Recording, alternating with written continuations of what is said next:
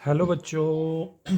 तो बच्चों, आज हम प्रोबेबिलिटी और स्टैटिस्टिक्स का जो सेकंड यूनिट कर रहे थे, बाइनोमियल डिस्ट्रीब्यूशन, उसमें कुछ और इम्पॉर्टेंट टॉपिक्स करने जा रहे हैं। जैसे कि आज हम पढ़ेंगे moment generating function. Moment generating function moment generating function of binomial distribution of binomial distribution।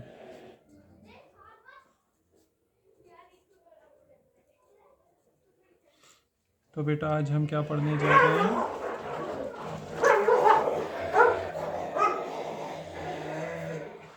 Moment generating function of binomial distribution. Binomial distribution के केस में जो मोमेंट जनरेटिंग फंक्शन होता है उसके बारे में पढ़ेंगे, ठीक है। Let X be the random variable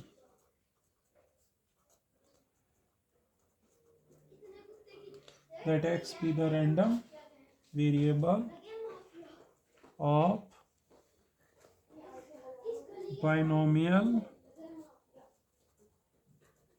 distribution।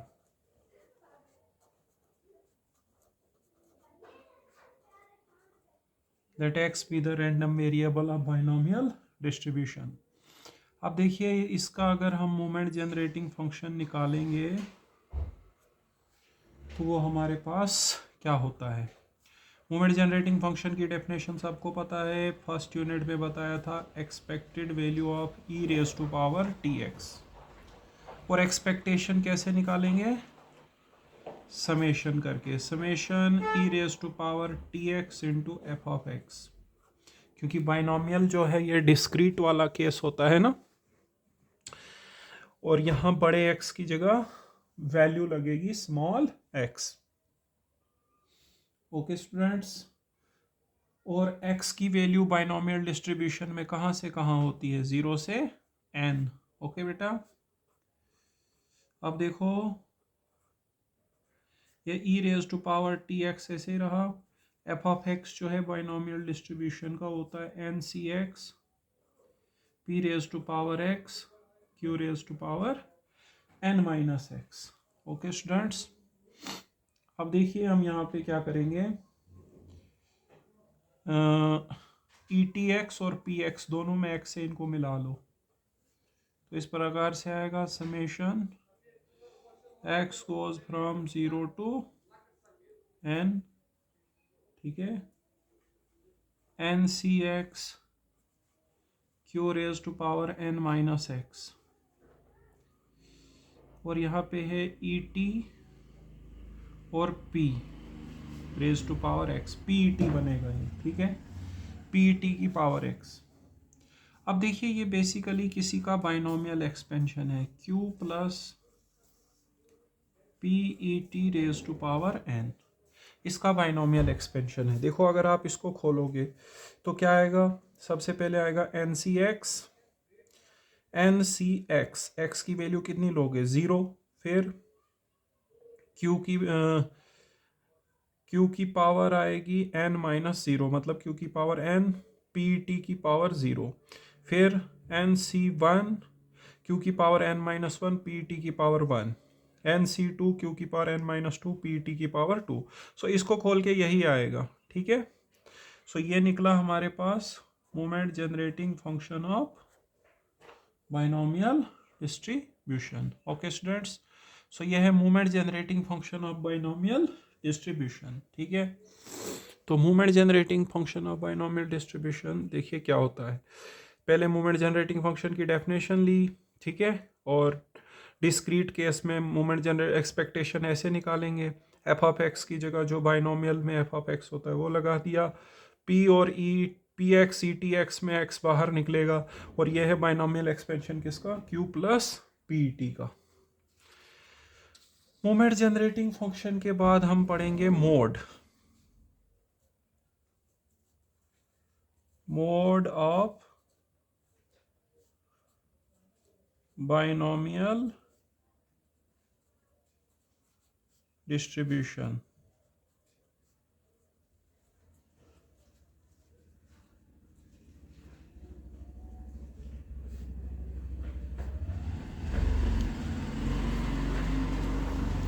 Mode of binomial distribution.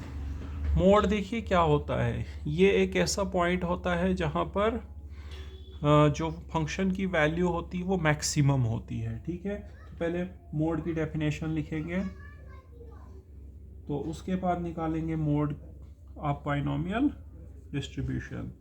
पहले हम मोड लिखेंगे क्या होता है। Let random variable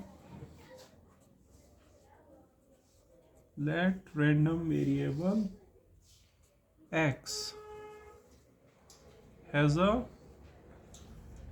discrete distribution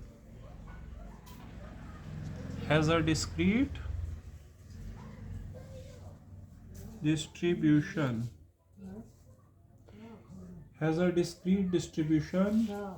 for which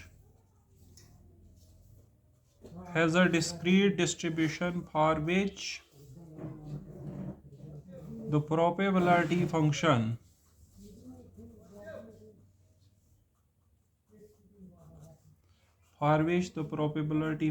is f of x. For which the probability function is f of x.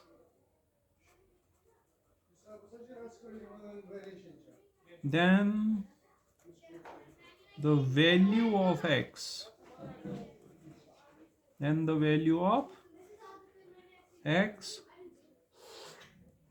for which f of x is maximum.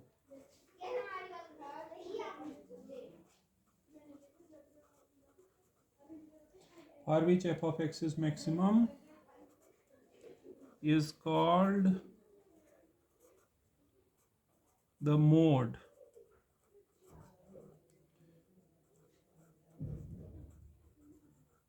It's called the mode of the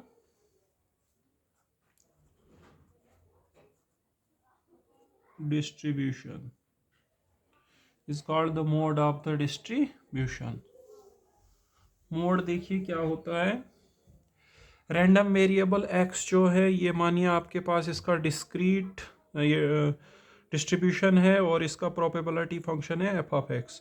तो x की वो value जहाँ पर f of x maximum होगा उसको हम बोलेंगे mode of the distribution. तो सिंपली मतलब वो वैल्यू जहाँ पर प्रोबेबिलिटी फंक्शन की वैल्यू मैक्सिमम हो, that is known as the mode of distribution. ठीक है, अब यहाँ पे थोड़ा सा एक बात और लिख देता हूँ। If same maximum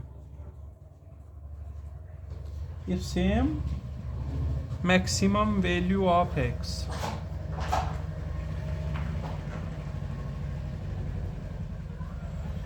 is obtained, if same maximum value of x is obtained at more than one value of x. ठीक है, if same maximum value of x is obtained at more than one value of x, then all such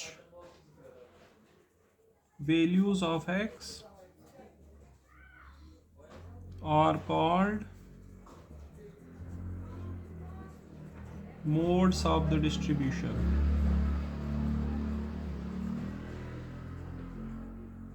okay students, तो देखिए mode क्या होता है।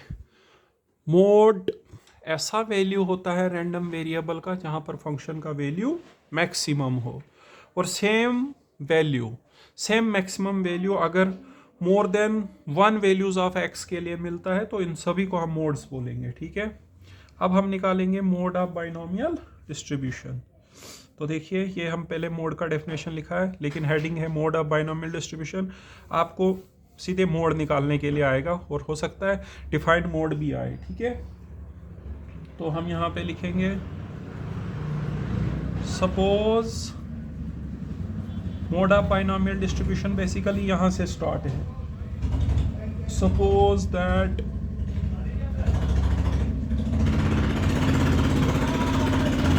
the mode of binomial distribution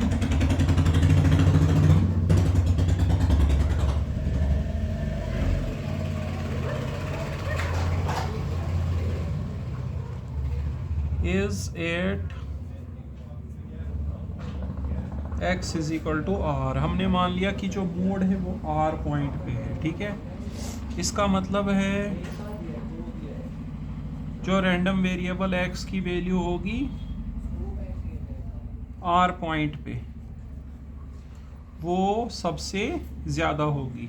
इसका मतलब जो r से आगे वाला पॉइंट है, जैसे r+1, और जो r से पीछे वाला पॉइंट है r-1, वहाँ पर जो वैल्यू है वो r से कम होगी या बराबर भी हो सकती है। देखो यहाँ पे क्या लिखा है मैंने, p of x is equal to r is greater or equal to p of x is equal to r-1, and p of x is equal to r is greater or equal to p of x is equal to r+1। जो r से आगे वाला point है और जो r से पीछे वाला पॉइंट है, दोनों पॉइंट्स पर जो फंक्शन की वैल्यू होगी वो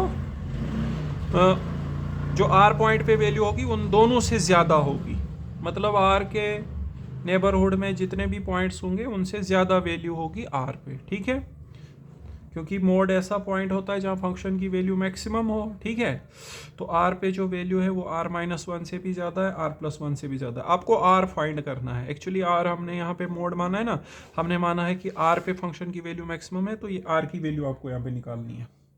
अब देखो यहाँ पे आप प्रोबेबिलिटी का फार्मूला लगाइए जो बाइनोमियल में होता है, r-1 पे, यहाँ पे r पे, और यहाँ पे r+1 पे, ठीक है। r-1 पे आपको पता है क्या फार्मूला लगेगा। एक्चुअली प्रोबेबिलिटी का फार्मूला है NCx, x की वैल्यू है r-1, p raise to power x और q raise to power n-x, n-r-1 वो बनेगा n-r+1, ठीक है।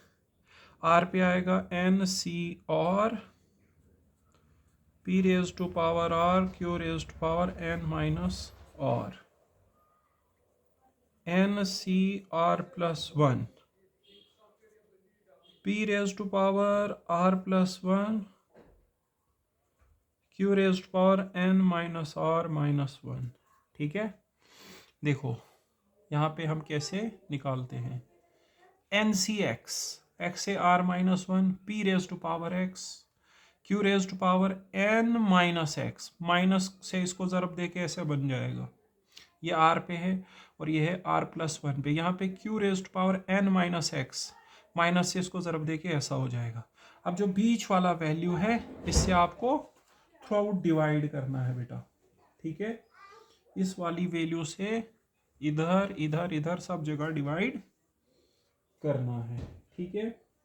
पहले खोल लो इसको, फिर डिवाइड करते हैं। यह आएगा n factorial upon r-1 factorial, और फिर इन दोनों का डिफरेंस आएगा n-r+1 factorial, p raise to power r-1, q raise to power n-r+1, और इससे यहाँ पे आएगा n factorial by r factorial n-r factorial,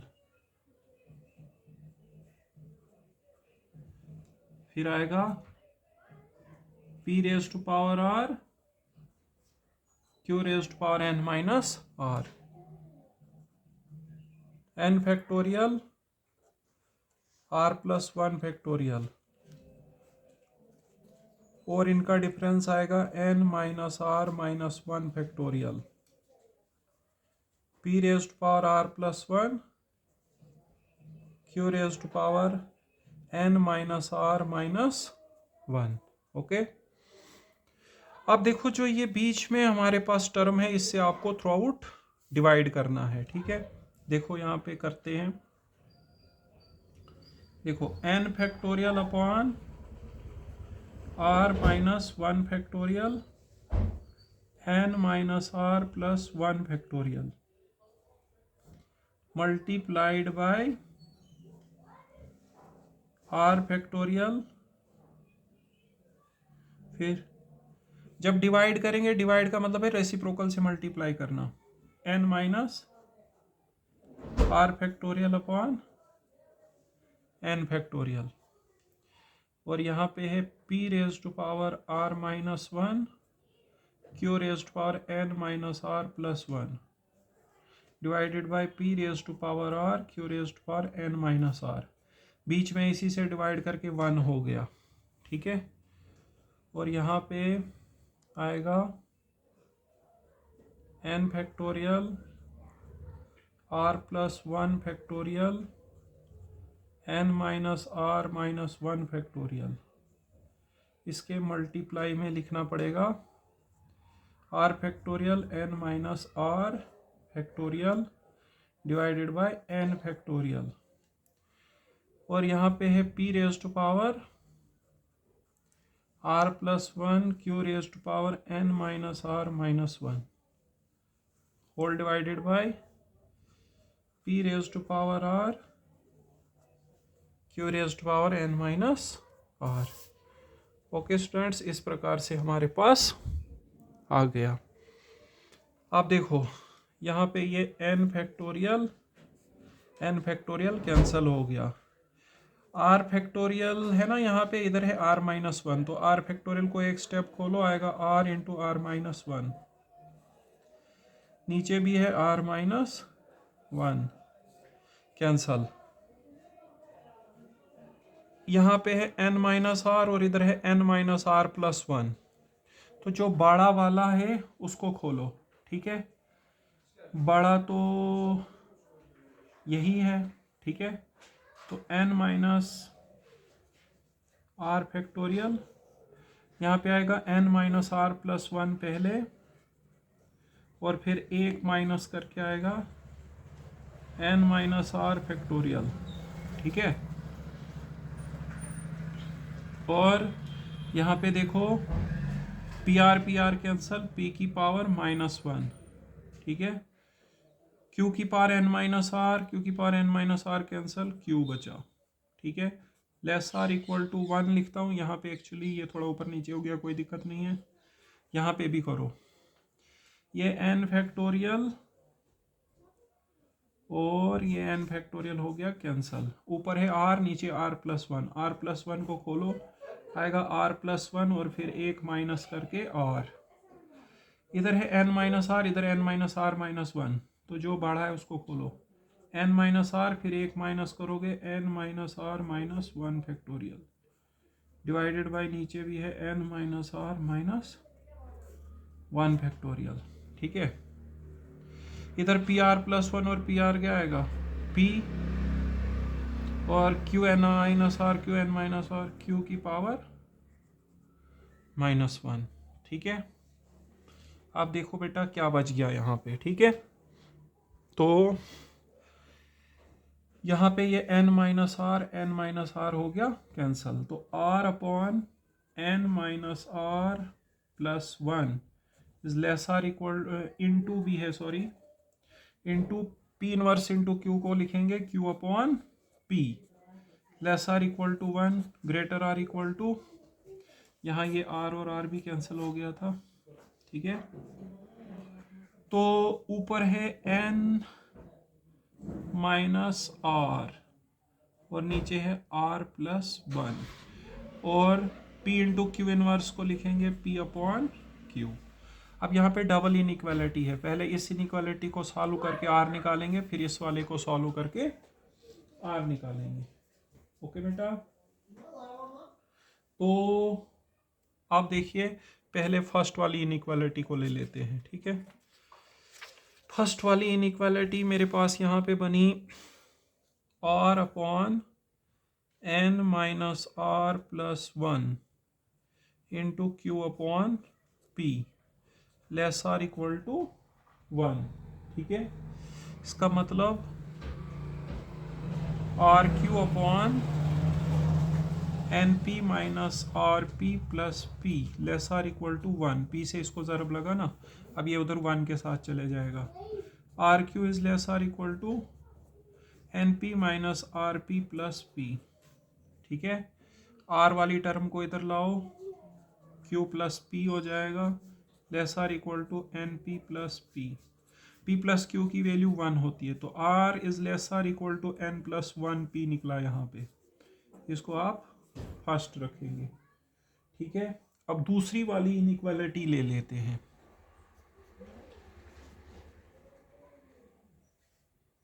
again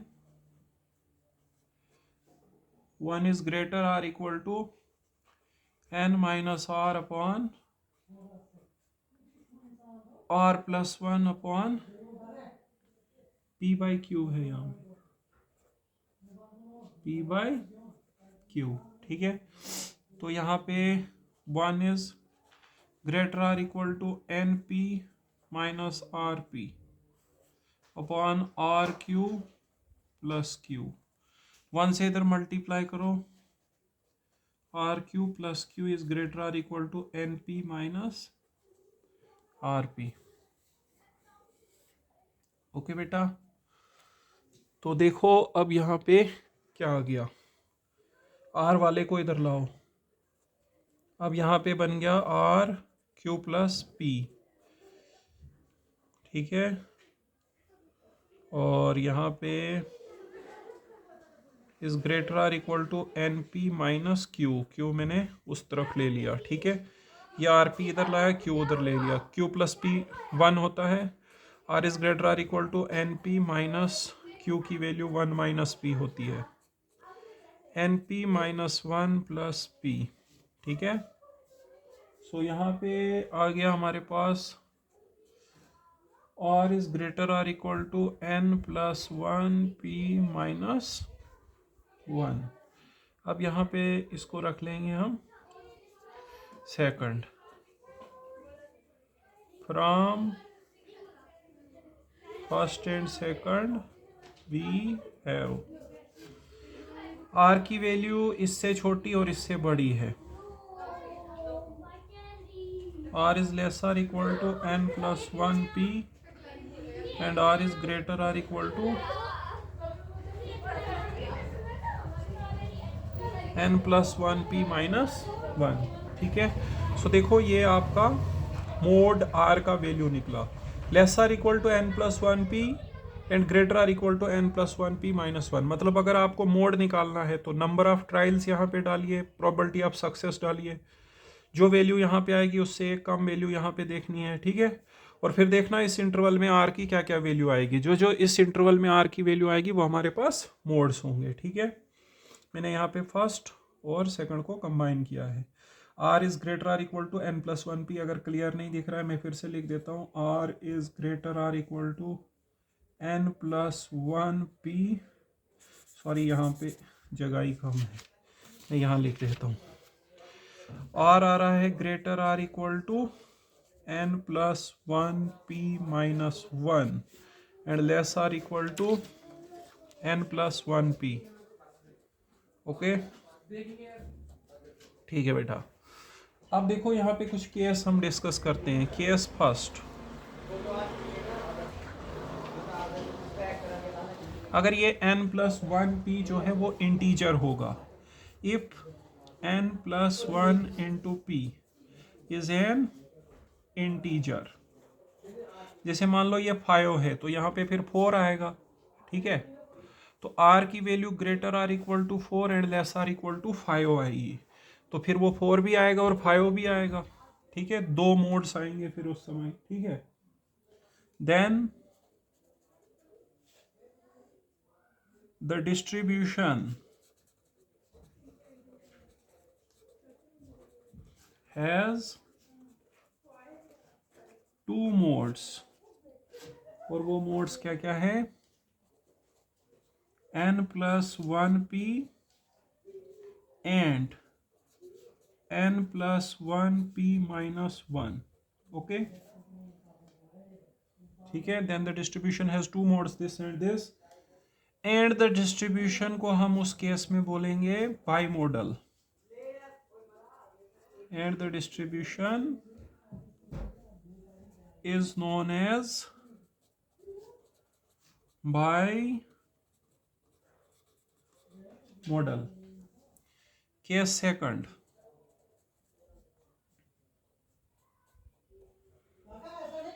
case second में देखो क्या है. अगर n+1p जो है वो इंटीजर नहीं होगा, अगर वो हमारे पास क्या होगा, अगर वो एक फ्रैक्शन होगा, इज अ रेशनल नंबर लिख सकते हैं. जैसे मतलब वो इंटीजर नहीं है, ठीक है. जैसे मान लो यहाँ पे 2.5 है तो यहाँ पे 1.5 आएगा. तो r की वैल्यू 1.5 से बड़ी और 2.5 से छोटी, वो एक ही इंटीजर आएगा 2, तो उस समय यूनिमोडल होता है. ठीक है. If n+1p is a rational number, या बोल सकते हो इज नॉट एन इंटीजर. ठीक है. तो उस केस में देन the distribution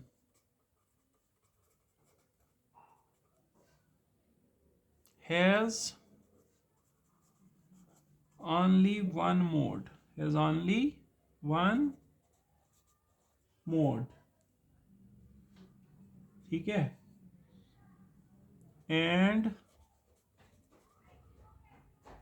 और वो पता क्या होता है, वो होता है greatest, has only one mod, और वो वन मोड होता है greatest integer function of n+1p.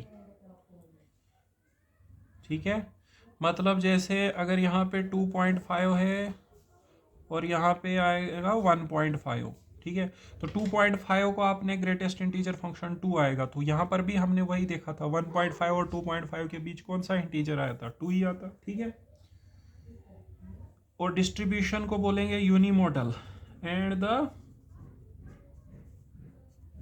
distribution is known as unimodal. Okay students, तो देखो यहाँ पे मैंने आपको क्या पढ़ाया, मोड क्या होता है. सबसे पहले बताया मोड क्या होता है. मोड एक ऐसा पॉइंट होता है, एक ऐसी वैल्यू होती है रैंडम वेरिएबल की जहाँ पे फंक्शन की वैल्यू मैक्सिमम होती है, प्रोबेबिलिटी फंक्शन की. बाइनोमियल डिस्ट्रीब्यूशन का मोड हमने r पॉइंट पे माना, मतलब r पॉइंट पे जो प्रोबेबिलिटी है वो r से आगे और r से पीछे वाले पॉइंट्स पे से ज़्यादा होगी. ठीक है. तीनों जगह आपने प्रोबेबिलिटी का फॉर्मूला लगाया. यहाँ x(r-1) है, यहाँ x(r) है और यहाँ x(r+1) है. ओके. उसके बाद आपने देखो क्या किया, जो यहाँ पे ये सेंटर में वैल्यू, उसके बाद हमने तीनों को खोल दिया. ठीक है. उसके बाद जो सेंटर में वैल्यू है उससे डिवाइड करना है. डिवाइड करते समय उसके रेसिप्रोकल से हम मल्टीप्लाई करेंगे. डिवाइड का मतलब होता है रेसिप्रोकल से मल्टीप्लाई करना. बाकी इस टर्म इन दोनों के नीचे आएगी, ये टर्म इन दोनों के नीचे आएगी यहाँ पे. ठीक है. तो यहाँ पे बनी वैल्यू 1. ठीक है. और यहाँ पे बना पी इनवर्स क्यू वगैरह. ठीक है. ये सॉल्व करके यहाँ पे देखो दो इनइक्वालिटीज आ रही है, एक ये और एक ये. पहले मैंने फर्स्ट इनइक्वालिटी को सॉल्व किया और वहाँ से r की वैल्यू आई n+1p. फिर मैंने सेकंड इनइक्वालिटी को सॉल्व करा तो वहाँ से r की वैल्यू आई n+1p - 1. इन दोनों को कंबाइन करके कैसे लिखा, फिर मैंने r is greater or equal to n+1p - 1 and less or equal to n+1p. अब देखो अगर ये n+1p हमारे पास क्या है, इंटीजर, तो उस समय दो मोड आएंगे. जैसे अगर ये 5 है तो यहाँ पे 4 होगा, तो r greater or equal to 4 and less or equal to 5, उसमें 4 भी आएगा 5 भी आएगा. लेकिन अगर ये इंटीजर नहीं है, जैसे 2.5 तो फिर इधर 1.5, इससे बड़ा और इससे छोटा इंटीजर एक ही होता है, वो होता है 2. ठीक है, जो कि n+1p का ग्रेटेस्ट इंटीजर फंक्शन करने पे आएगा।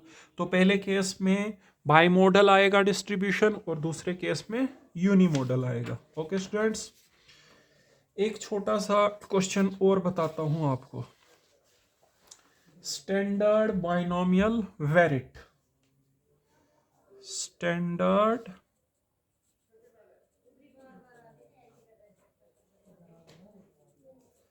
बाइनोमियल वेरिट क्या होता है? स्टैंडर्ड बाइनोमियल वेरिट, तो स्टैंडर्ड बाइनोमियल वेरिट देखिए क्या होता है। Let a random variable, let a random variable x has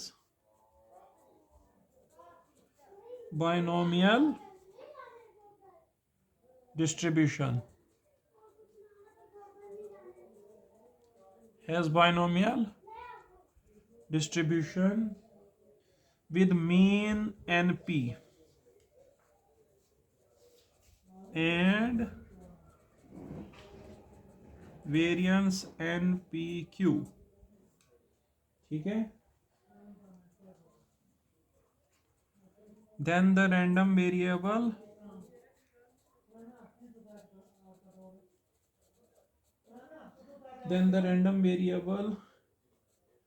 z is equal to x minus np upon root npq, having binomial distribution,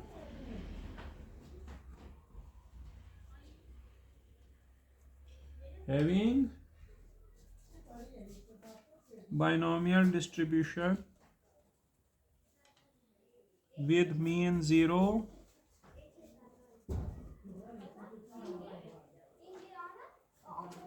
and variance 1 is called standard binomial where it. देखो x मान लीजिए random variable है binomial distribution का, तो उसका mean हमने निकाला हुआ है np और वेरिएंस निकाला है npq। अब हमने यहाँ पे एक नया रैंडम वेरिएबल डिफाइन किया है, रैंडम वेरिएबल x जिसका बाइनोमियल डिस्ट्रीब्यूशन है, उसका में से उसका मीन माइनस करना है डिवाइडेड बाय स्टैंडर्ड डिविएशन। क्योंकि वेरिएंस npq है तो उसका स्क्वायर रूट करेंगे तो स्टैंडर्ड डिविएशन होता है। अगर आप इसका मीन निकालेंगे तो 0 आता है और वेरिएंस निकालेंगे इस रैंडम वेरिएबल का तो 1 आता है। ठीक है, तो इस रैंडम वेरिएबल को बोलेंगे हम स्टैंडर्ड बाइनोमियल वेरिट। कभी भी किसी रैंडम वेरिएबल का स्टैंडर्ड वेरिएबल बनाना हो तो उस रैंडम वेरिएबल में से उसका मीन माइनस करना चाहिए और डिवाइड करना चाहिए स्टैंडर्ड डिविएशन के साथ। तो जो नया रैंडम वेरिएबल बनता है उसका मीन 0 होता है और वेरिएंस 1 होता है। ठीक है, तो उसको हम बोलते हैं स्टैंडर्ड वेरिट। चाहे वो अगर x बाइनोमियल वाला है तो बाइनोमियल वेरिट, पॉइजन वाला है तो स्टैंडर्ड पॉइजन वेरिट। ठीक है, रैंडम वेरिएबल माइनस उसका मीन डिवाइडेड बाय उसका स्टैंडर्ड डिविएशन करके जो भी वेरिएबल बनेगा उसका मीन 0 होता है, वेरिएंस 1 होता है, उसको स्टैंडर्ड वेरिएबल बोलते हैं। ठीक है, अभी हम ये प्रूव भी करेंगे। ठीक है, पहले क्वेश्चन लिखता हूं। If a random variable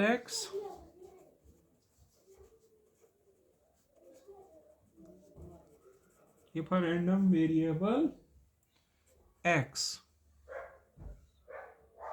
has binomial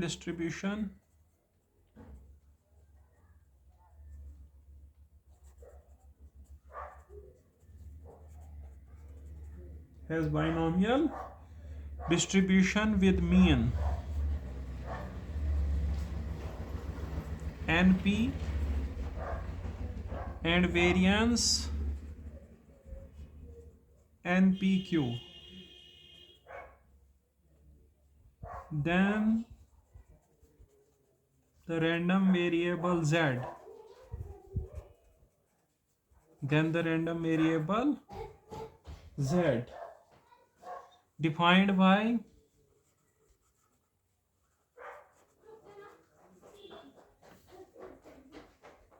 z is equal to x minus np upon root np q is a binomial variate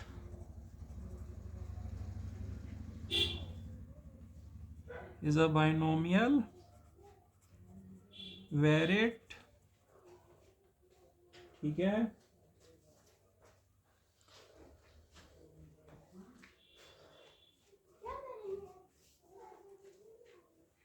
is a binomial variate with mean 0 and variance 1।